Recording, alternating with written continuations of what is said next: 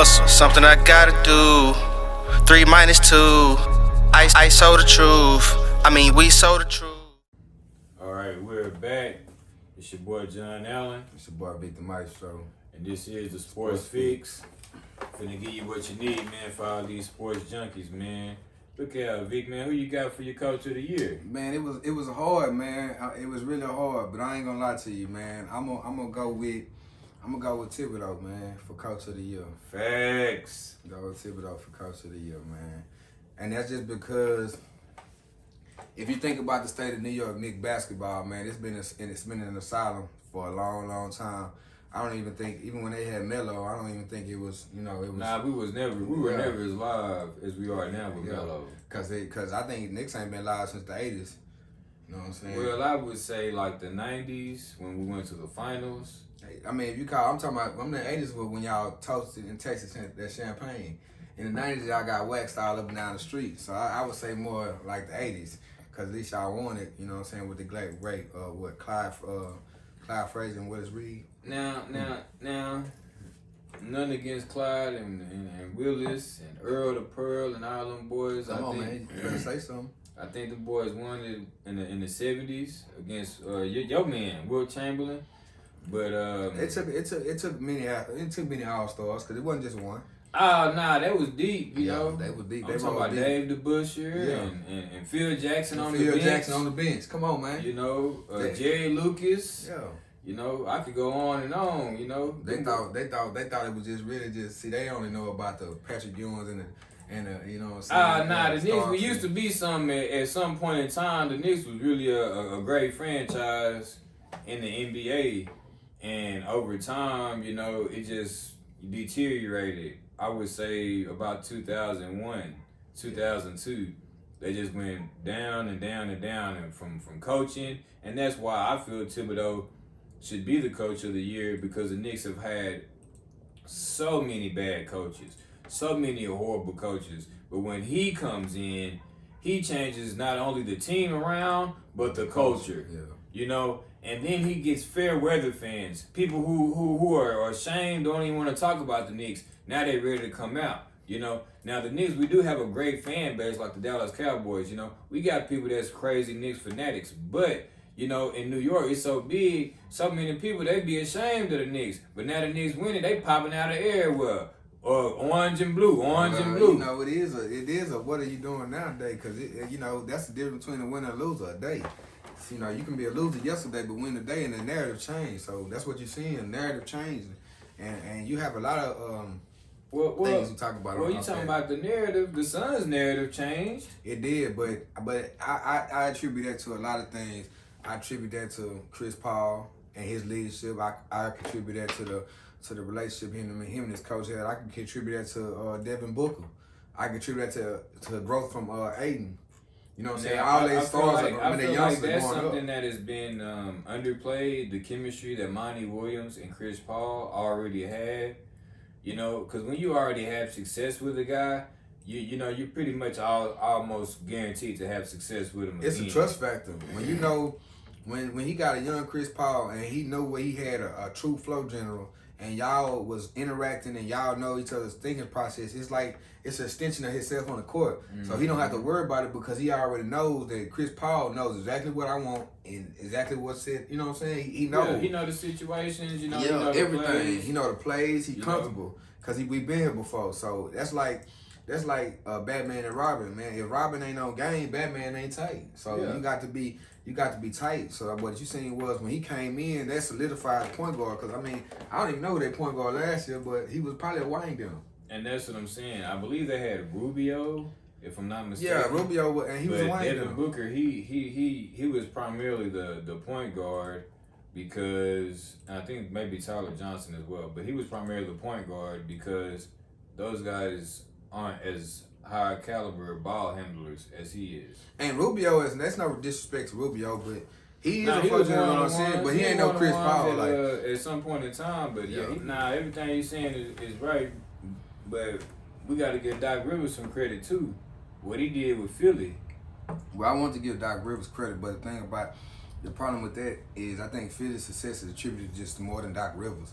because you got to think about it. They got a general manager from us, and when he came over there and made moves for them. Daryl Morey came over there and changed up their whole culture. So yeah, bringing in Doc Rivers was a piece, but at the same time, it's attributed more because Ben Simmons been putting it down. He ain't developed no different. Embiid just healthy, so that's the only difference in their team. So that's why so the whole front office upgrade was what added to it because you brought in pieces. Danny Green wasn't there. You know what I'm saying? So my boy fake J. Cole, he over there doing it in. So I mean, you got Green, Howard. Yeah, he got Howard. He over there. Ferguson. And they got some other cats, some young guns. So that's why I just had a problem with him. Not saying that he's not doing the job because he got number one seed. Nah, they're deep. Philly is definitely deep. They pretty much gonna keep a deep team, except for when they had AI. But any other era, they gonna pretty much have a nice little deep little team. Yeah. I feel like Tibbs is the coach of the year, hands down. But what about most improved player? My most improved player had to be Julius Randle, man. Yeah, that's he upped it. It's just easy. He upped it every category. So when you did, I wanted to go somewhere else, but when I just looked at how his stats got better, everything went up. I couldn't even shooting percentage. Nah, he really went from like a hooper, a dude who could probably get you 18 and 9, 20 and 10, but it might be a little sloppy, to being an efficient top 3-4 power forward in the NBA. And when I'm saying that, when they had Fizdale and he went against the Bucks, Giannis cooked him. I'm talking about 40 points, 50 points. Randall spinning around. Mitchell Robinson, nobody knows what to do.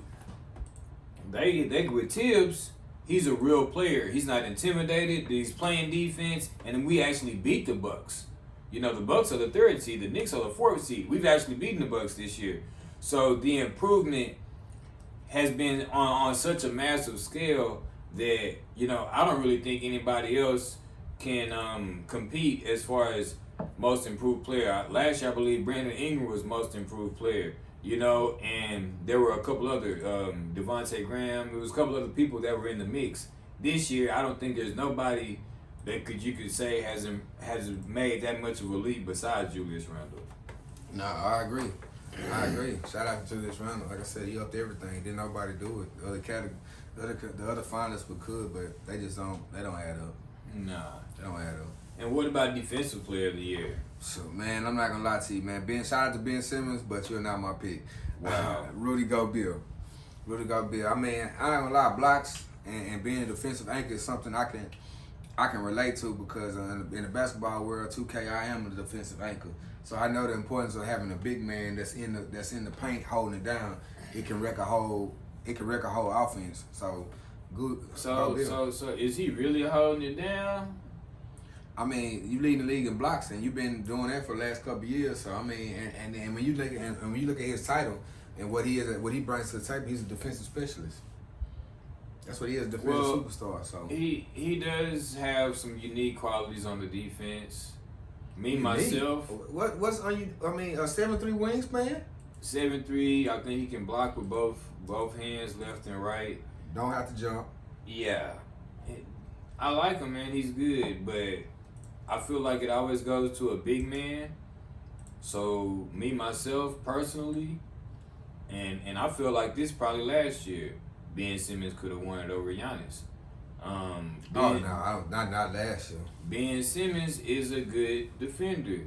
He is a good defender, but when you think about defensive player of the year, that means defensive player is a game changer. And don't get me wrong, I like Ben Simmons. That's why I say shout out to Ben Simmons, but I just think about Gobert and it's understood. Like I don't know, I mean everybody have had their moments, but I've seen Gobert have more moments than anybody on defense.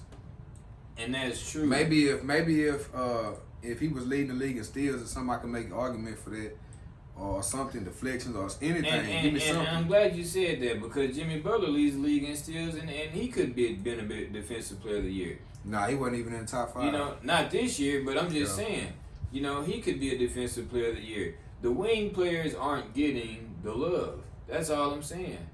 Yeah, because being a wing player, in order to be being a defensive stopper, you have to get steals. That's what I'm saying. It's not hard. It's just putting work in your craft. Just like think about Kawhi Leonard before he hit superstar status. He was known as a lockdown defender. That's because that's what he worked on to get into the NBA. Well, he was a lockdown defender until he went to the Clippers and Exactly. started making And $36 million. Exactly. And became unlocked. Shoot, everybody was scoring. I mean, that's what I'm saying. So now, oh man, that's why that going into that segment, that's gonna be beautiful, man. To talk about that. Y'all stay tuned, man. Stay tuned. About that. So let's get into this MVP and most outstanding player. A lot of people want the NBA to create a most outstanding player, and I think we should create this award in the honor of the great Will Chamberlain because he's the stat stuffer. So, you know, and I say that because guys have these great historic seasons and they get overlooked. Stephen Curry, you know, I believe 33 years old, 34, averaging 33 points. You know, 6 rebounds, 6 assists. He's putting up Jordan-like, Allen Iverson-like numbers. Yet he's not getting enough credit. Same as Russell Westbrook. You know, he's averaging a triple-double, but he doesn't get enough credit. And James Harden, he's been in this boat, you know, for many, many times. You know, throughout his career, along with LeBron James. Because if LeBron James, if he's not the MVP, then he's definitely the most outstanding player in the league. Yeah, he can't. But I mean, you know, a lot of usual suspects. I like to call them, like the LeBrons and the James Hardens and the, you know, different fellas. They took it out. They took time off. So, you know, when you really think about it, it really comes down to really like 2 players, like really.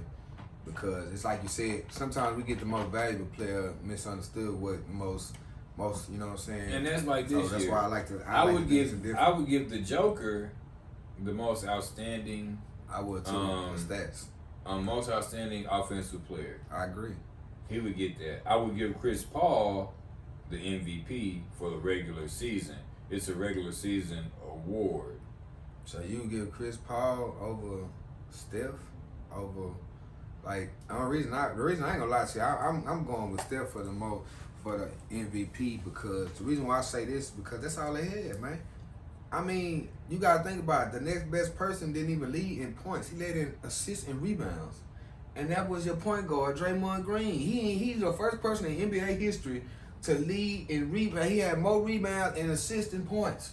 So that means that all he was doing was catching rebounds and looking for Steph Curry, man. That's it. Wow. Because playing there, so I mean, and one's name was a Wayne there half the time. He couldn't even. I didn't see him many times. He missed layups. And that's what I'm saying. I ain't got nothing against old boy because I think he went to Bush, the Tsunami Poppy. Bro, you got to stop doing these commercials. I see you more on TV than on the game. That's what the problem is. That's what the problem is. Andrew Wiggins, you know, and everybody was like he was a bust. Andrew Wiggins, he actually went to the Warriors and cleaned up his career, and he looked like an NBA player. Oubre, he got some when he out there playing, but he ain't been out there. He ain't been out there, man. And then he can't, man. They just don't have that shooting, man. They need shooting. They need my boy Clay, man. Clay to come on back, cause if Steph Curry would have had Clay, they'd have beat the Lakers. And they'd have still been playing, man. And if they'd have been with Klay Thompson, with that 1-2 punch, if they cooking, y'all in trouble. They in trouble. I'm ready for next. I'm ready for Klay to come back. So I can't say that they were gonna beat the Lakers because the Lakers have too much size. Maybe in the upcoming season. Man, did you not see the way the Suns offense, the Suns offense was getting all the wide open threes? I mean, at this point, I could have went out there and got my hoop on the way them boys was shooting wide open 3-pointers. So they not stopping anybody. We not worried about your big man. The thing they about shooting the threes Lakers, over there. They had to go through the play-in tournament. So their level of anticipation and their level of excitement is low because they're in the playoffs now. They have more of a game 2, game 3 feel. They're gonna cut it on. They have Andre Drummond, LeBron James, Anthony Davis. It's gonna get going. They only have one big man, in Phoenix. That's all they need.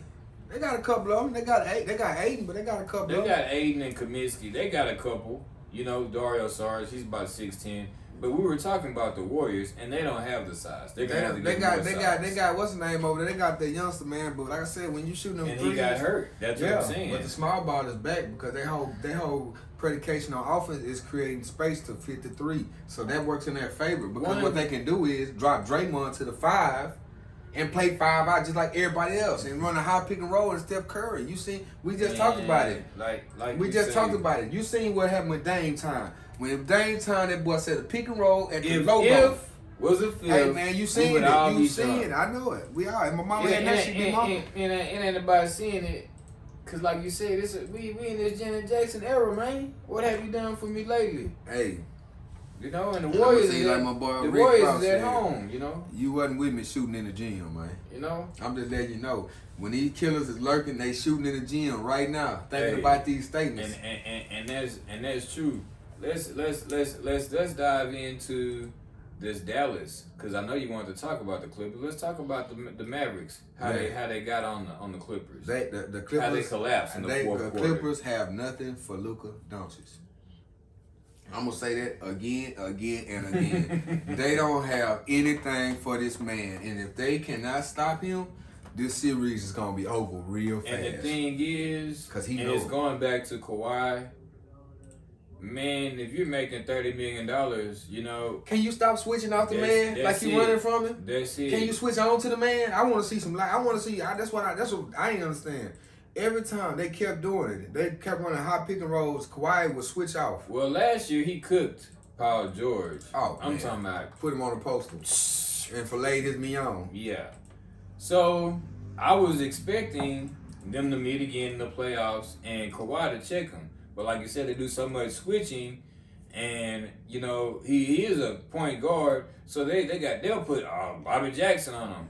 Man, they've been putting a center on him. Yeah, Zubac. They're putting everybody on him. Zubac getting cooked. Who should be on him? Kawhi Leonard. And that's the problem, because I understand, you know, you don't want to get done up by the white boy, but somebody has to check him, just like somebody had to check Larry Bird, just like somebody had to check Jason Williams. Somebody gonna have to check that man. Yeah.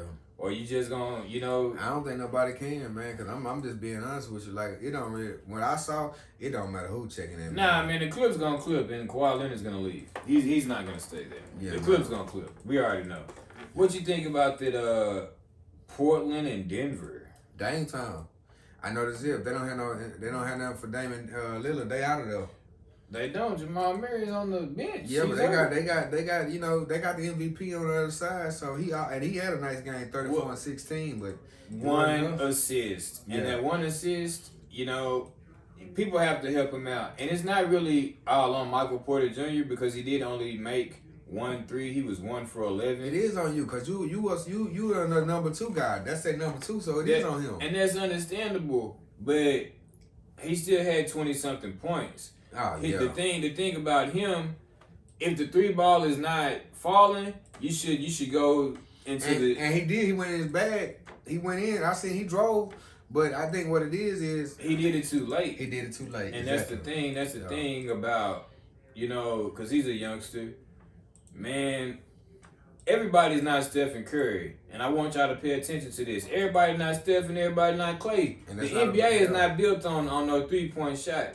The NBA is built on going to that post, getting in the paint and getting high efficient shots, high quality, high percentage shots. The higher percentage is close to the basket. A 3-point shot is not a high percentage shot. They make it look easy, but that shot is not easy.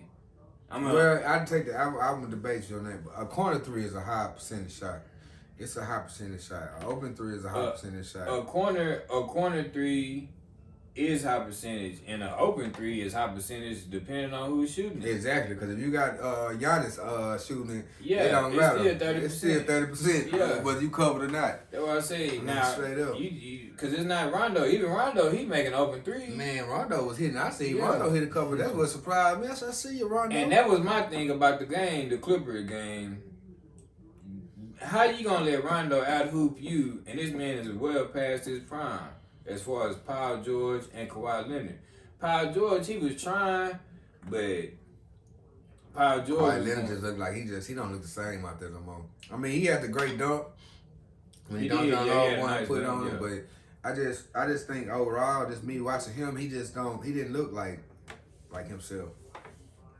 Bro, he went for the bag, man. I mean, but he brought his homeboy with him. They put and the Clippers on paper. They have a nice squad. They just don't.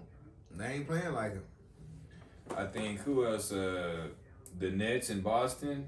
Boston doesn't have a chance, do they? Oh no, Boston is cooked, man. I mean, you gotta hope all three of them have a bad game, and it don't look like none of them having a bad game. Nah, man. It's good to see a super team in the East, you know, to combat the teams in the West. The joy about watching the Nets is they haven't gelled yet. They haven't meshed yet. So the playoffs, they're gonna get a chance to build chemistry and mesh and actually become something. The talent is there. No doubt. Can't nobody hold James Harden. Can't nobody hold Kevin Durant. That's a 100% Or Kyrie. fact. Nobody can hold Kyrie, but he give up so many points that it really don't matter. Yeah. That's true. Last time he played defense when he played for the Cavs and they was winning the championship. Yeah, he wasn't even playing defense. How many years ago was that? He was playing offense. He wasn't playing D. He ain't never been on no all defensive teams. And I'm just saying. Now, when they was down 3-1, he went into a gear for about 3 games. Yeah, scoring gear. Because it was definitely scoring. He wasn't, because if you think about the great defensive players, it was all LeBron. And he was the one doing it, getting them buckets though. And that's true. But every game on that comeback, he outshined Steph. Oh, I agree, because he started putting Steph in that blender. Steph he really put that man in the blender, and he was like, okay, I know you got something, man. Your daddy played in the NBA, but I got a man, and his name is Rod Strickland. Mm-hmm. Yeah, they call him the Godfather. I'm telling you. You hear me? Old throwback Rod. Hey! Yeah. Hey, that man been working with Rod so long, man, and he just started pulling out tricks, man. I didn't know if that was Rod Strickland from Portland or the Spurs or the Knicks. And I said, yeah, man, that boy, he definitely got some Rod Strickland in his game because he cooked them for 4 games straight. And that's all I'm saying. And that was, 4 or 5 years ago? That's the last time Kyrie even took defense serious. And when I say that's making himself better than the other player, playing a little bit of defense and outscoring them, he's not going to do that in the finals. He's going to have to hope that whoever goes to the finals doesn't have a good point guard. Yeah. I mean, at this point, really, man, it don't even matter because what he brings to the table offensively, it's gonna outdo anything you even talking about. Offset. Yeah, so shout out to Offset of the Migos, man. Yeah, it's gonna offset anything they do, so it don't even really matter. So let's talk about the real series, man. Miami versus Milwaukee. Is Milwaukee going home, man, or what? Man, they ain't looked that good in that first game. And I'm gonna be real with you. Because I seen that white boy, they need, first of all, this is the keys to the game for Miami. They need Tyler Hero. He did not show up. Yeah.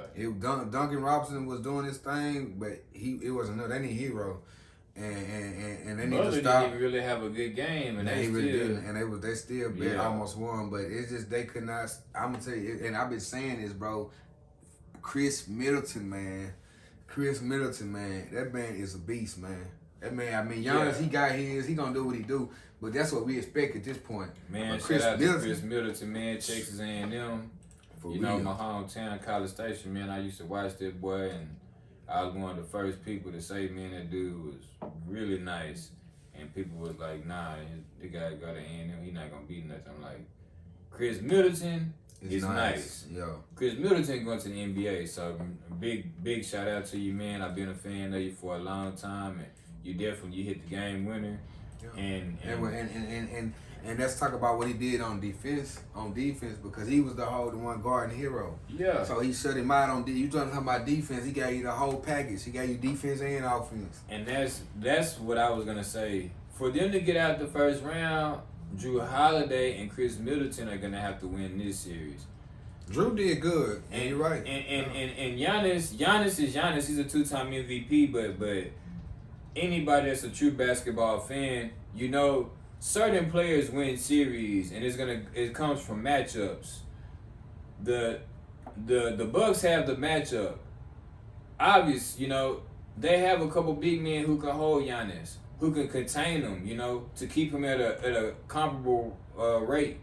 But it's the wings of Milwaukee that are gonna slow down the wings of the Heat. And the thing is, can they match Jimmy Butler? Because when Jimmy Butler gets going, he's a top 5, top 10 player, and he's already proven that, carrying his team to the finals.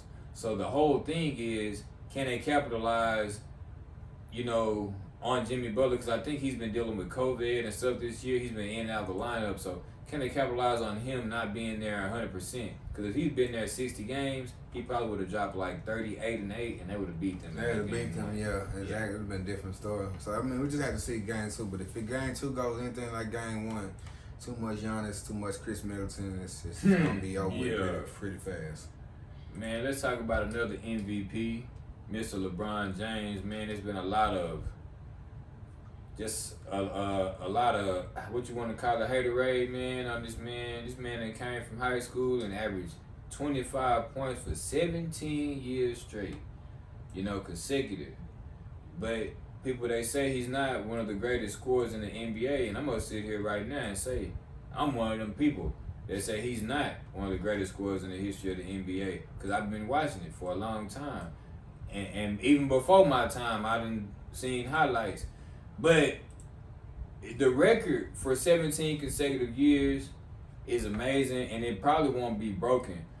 But LeBron will never be the best scorer in NBA history, even if he eclipses Kareem Abdul-Jabbar. LeBron is a person who is trying to be the best player in NBA history. I don't never think he will be the best player. I think he will be a top 4, top 3 best player, but I don't think he will ever be the best player. He will be the most versatile player to ever play in the NBA. Yeah, I was going to say, he's best all around. Yeah, he's the best all around. He's the most versatile, the best all around player to ever play in the NBA, but he will never be the best scorer.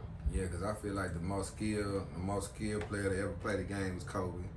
I feel like the best scorer was Jordan. Or then you could say, you can make an argument for Will Chamberlain. Because Will Chamberlain was prolific in his own sense, and he was a big man with a complete game. So, well, I think Wood and Jordan are the only guys that average 30 for their career. Everybody else is under that.